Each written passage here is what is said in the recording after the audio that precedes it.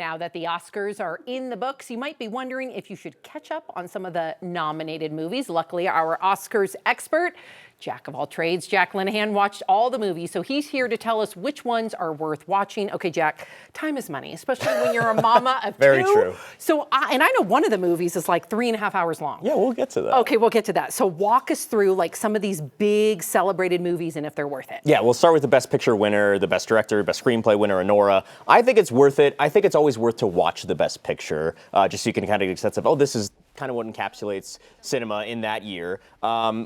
Things I'll say is it features a lot of focus on sex work, so if you're not into nudity, that sort of thing, maybe don't watch it. A lot of cursing, if you're not into that, don't watch it. Not for the kids? Not for the kids at all. Definitely not. It's for the adults, but I think the adults will enjoy it. It's a very well-told story. Our Rachel Krause likens it to a Cinderella story gone sour, which I think is a great description of it. Smart. I think it's definitely worth your while. Okay, so Anora, check. I will be watching that. The Brutalist, that's the long one. That's the 3.5 hour long one. I went to see it in the theaters because I told myself, if I don't see it in the theaters, I'm not going to sit through it. Correct. And I know other people that couldn't sit through all of it because it's too long and they watched it at home. And I think that's the same type of thing. It's really well shot. It's beautiful. I think it's a good story.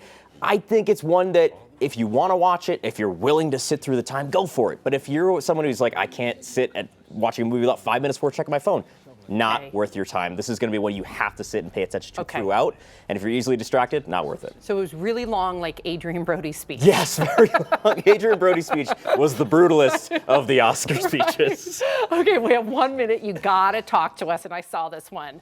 The Substance. I loved The Substance. Me too, but warn people. Yeah, it is different. It's very, if you're not into body horror, if you're not into loud sounds, I believe the scientific term is misophonia. Yep. Don't watch it. You will be grossed out. You'll be disgusted if you don't do, it's not even necessarily gore, but just body horror. Yes. But if you are okay with all that, watch it. Great performances, very, very funny. Yep. Dark comedy, great critique on modern society. It's so good, so highly recommended. But if you can't get over that other stuff, best to stay clear of that. I'm glad that you warned people because I didn't know what to expect, and I was like, oh my I didn't either, and I loved it, but one of my buddies was like, oh, the whole time, I can't watch this. It's a lot. And Dennis Quaid did a great job, Dennis too. Quaid was phenomenal. No one's talking about him. They're always talking about Demi Moore, which did awesome, too. As they should.